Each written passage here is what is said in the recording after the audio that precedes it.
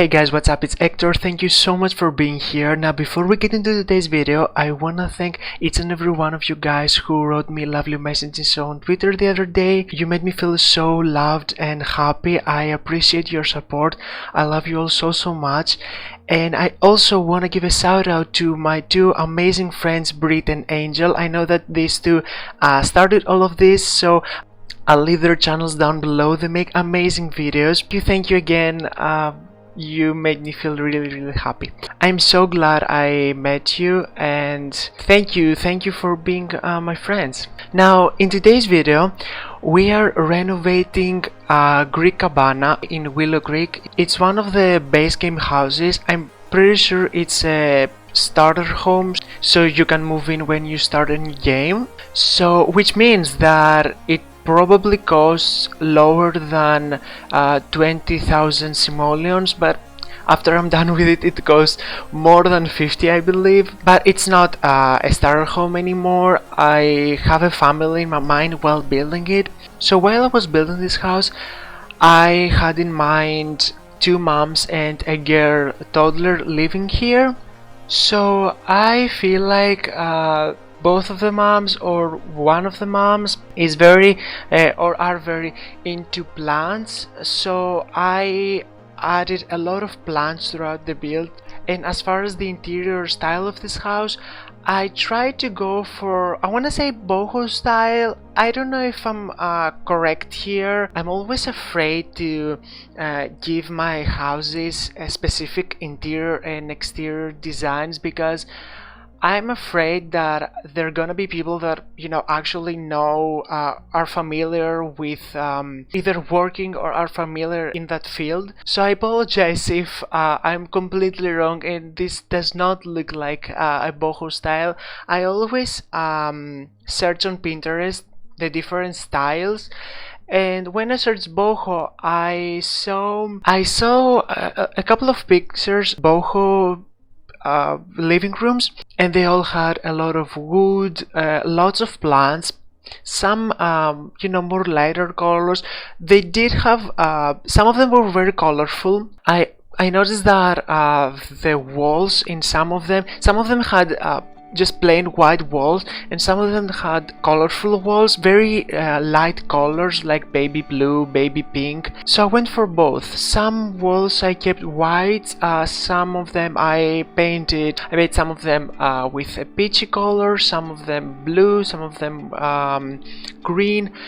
So I tried to keep it very light and airy. It's also base game, so I didn't have a lot of, you know, options, but I honestly love doing base game builds. You know, I always say that I feel like base game builds are a challenge, because we don't have a lot of things to work with, especially when it comes to furniture. I feel like we have a good amount of wallpapers or floors, but when it comes to furniture, and most importantly in bedrooms, I'm struggling so much to furnish base game bedrooms. Sometimes living rooms too, I notice that I use the same couches all the time, but when it comes to bedrooms, we don't have a lot of beds in base game, so it's really hard to I feel like in Sims houses, in Sims bedrooms actually, the bed can really like set the vibe of the room.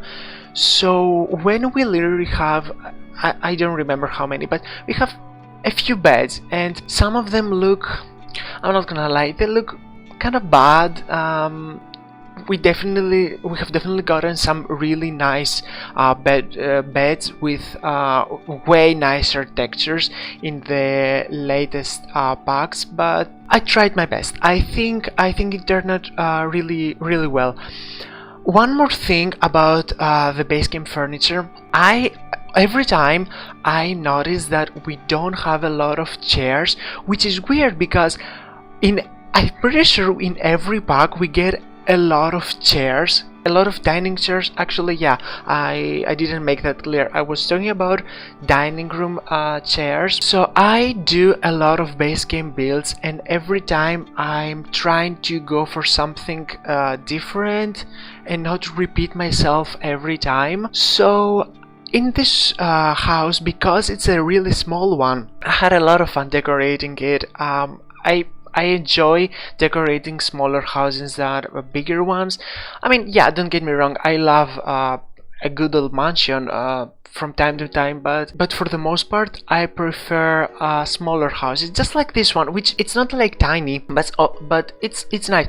Also, it's one story, which is another thing that I really love. For me, I find it very easy to play in a house when it's one story, because everything is on, you know, the same story. You don't have to move up and down all the time. I was planning to add another bathroom, actually not a full bathroom, a half bathroom, only with, you know, a toilet and a sink, but the original house had only one full bathroom, so I decided to keep the same floor plan. I wanna say I did make it a little bit bigger, especially the living room. I made smaller the mom's bedroom, and I think I made a little bit bigger it was originally a kid's bedroom, but I turned it into a toddler bedroom. So yeah, the layout is pretty much the same. The house is a little bit bigger in some areas. Also, I added a balcony. I was thinking about just adding a small porch with, you know, stairs.